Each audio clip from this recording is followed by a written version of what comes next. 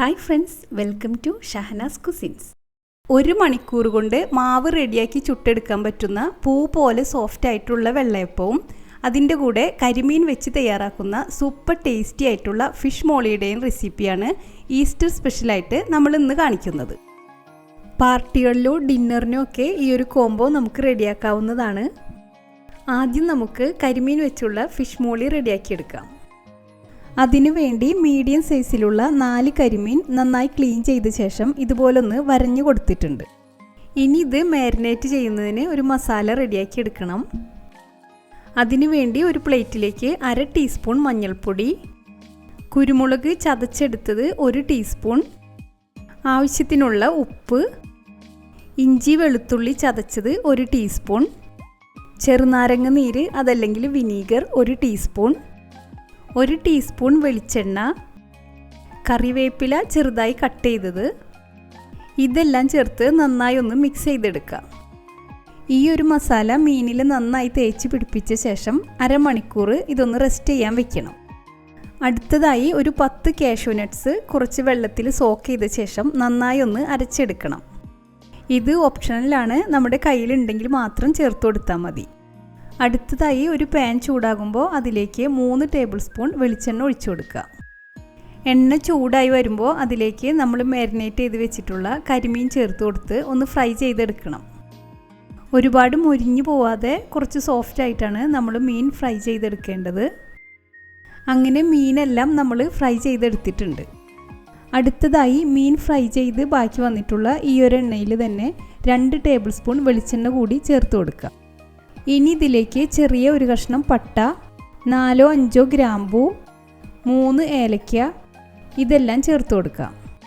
അതിനുശേഷം നീളത്തിൽ കട്ട് ചെയ്തിട്ടുള്ള 6 വെളുത്തുള്ളി, ഒരു ചെറിയ കഷ്ണം ഇഞ്ചി നീളത്തിൽ ചെറുതായി കട്ട് ചെയ്തത്, എരിവിന് ആവശ്യമായിട്ടുള്ള 5-6 പച്ചമുളക്, 2 തണ്ട് വേപ്പില ഇതെല്ലാം ചേർത്ത് നന്നായി ഒന്ന് ഇളക്കി കൊടുക്കുക.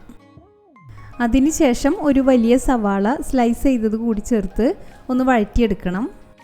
സവാള ഒന്ന് വാടി വന്ന ശേഷം അതിലേക്ക് 1/4 ടീസ്പൂൺ മഞ്ഞൾപ്പൊടി, 1/2 ടീസ്പൂൺ മല്ലിപ്പൊടി, ആവശ്യത്തിനുള്ള ഉപ്പ് ഇതെല്ലാം ചേർത്ത് ഒന്നുകൂടി വഴറ്റിയെടുക്കുക. മസാലയുടെ പച്ചമണമൊക്കെ ഒന്ന് മാറിയ ശേഷം ഇതിലേക്ക് ഒരു നാളികേരത്തിൻ്റെ 1/2 കപ്പ് രണ്ടാം പാല് ചേർത്ത് കൊടുക്കാം. മീൻ കൂടുതലാണെങ്കിൽ നമ്മൾ എടുക്കുന്ന പാലിൻ്റെ അളവിലും വ്യത്യാസം വരുത്തണം. കറി നന്നായി തിളച്ച് വരുന്ന സമയത്ത് നമ്മൾ ഫ്രൈ ചെയ്ത് വെച്ചിട്ടുള്ള കരിമീൻ ഇതിലേക്ക് ചേർത്ത് കൊടുക്കണം. ഇനി മീനിൻ്റെ മുകളിലായിട്ട് കറിയുടെ പുളിക്ക് ആവശ്യമായിട്ടുള്ള തക്കാളി ഇതുപോലെ റൗണ്ടിൽ കുറച്ച് കനത്തിൽ മുറിച്ചെടുത്ത് ചേർത്ത് കൊടുക്കണം. അതിനുശേഷം ഇത് മൂടി വെച്ച് ലോ ടു മീഡിയം ഫ്ലെയിമിൽ നമുക്കിതൊന്ന് കുക്ക് ചെയ്തെടുക്കണം. ഇനി ഇതിലേക്ക് 1/4 കപ്പ് നല്ല കട്ടിയുള്ള 1-ാം പാല് ചേർത്ത് കൊടുക്കുന്നുണ്ട്. അതിൻ്റെ കൂടെ നമ്മൾ റെഡിയാക്കി വെച്ചിട്ടുള്ള കാഷ്യൂ പേസ്റ്റ് കൂടി ചേർത്ത് കൊടുക്കുന്നുണ്ട്.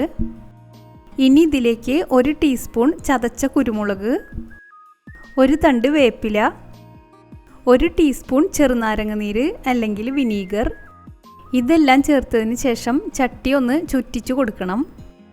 1-ാം പാല് ചേർത്തതിന് ശേഷം ഒരുപാട് നേരം തിളപ്പിക്കേണ്ട ആവശ്യമില്ല. നല്ലൊരു തിള വരുമ്പോഴേക്കും നമുക്ക് ഫ്ലെയിം ഓഫ് ചെയ്ത് കൊടുക്കാം.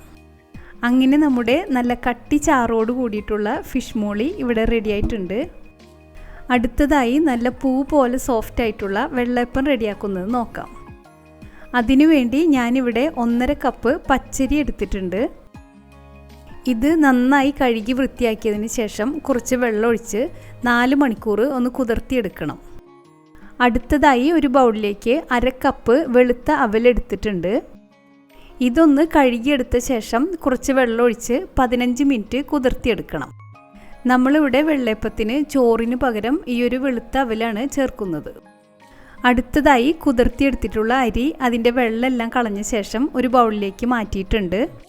ഇതിലേക്ക് 1 കപ്പ് ചിരകിയ നാളികേരം, നമ്മൾ കുതിർത്തി വെച്ചിട്ടുള്ള അവില്, 1/2 ടേബിൾ സ്പൂൺ പഞ്ചസാര, ആവശ്യത്തിനുള്ള ഉപ്പ്, 1 ടീസ്പൂൺ ഇൻസ്റ്റൻറ്റ് ഈസ്റ്റ്, 3/4 കപ്പ് വെള്ളം ഇതെല്ലാം ചേർത്ത് തരികളൊന്നുമില്ലാതെ നന്നായി ഒന്ന് അരച്ചെടുക്കണം. അരച്ചെടുക്കുന്ന സമയത്ത് ഒരു 1/3 കപ്പ് വെള്ളം കൂടി ചേർത്ത് കൊടുത്തിട്ടുണ്ട്. അങ്ങനെ നമ്മുടെ മാവ് നന്നായി അരച്ചെടുത്തിട്ടുണ്ട്. ഇതിനി നല്ലപോലെ ഒന്ന് ഇളക്കി കൊടുക്കണം. ഈ ഒരു തിക്നെസ്സിലാണ് നമ്മൾ മാവ് അരച്ചെടുക്കേണ്ടത്. ഇനി നന്നായി പൊങ്ങി വരുന്നതിന് വേണ്ടി 1 മണിക്കൂർ നമുക്കിതൊന്ന് കവർ ചെയ്ത് വെക്കണം.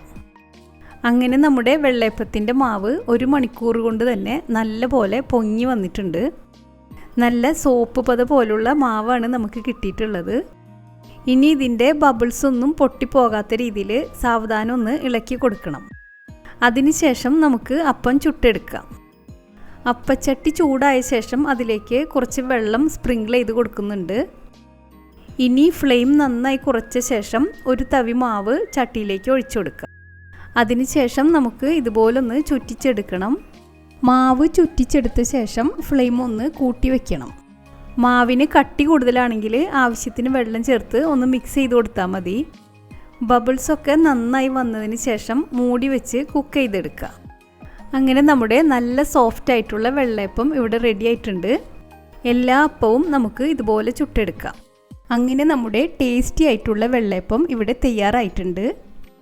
അപ്പോൾ ഇന്നത്തെ നമ്മുടെ വെള്ളയപ്പവും കരിമീൻ വെച്ചുള്ള ഫിഷ് മോളിയും എല്ലാവർക്കും ഇഷ്ടമായെന്ന് കരുതുന്നു.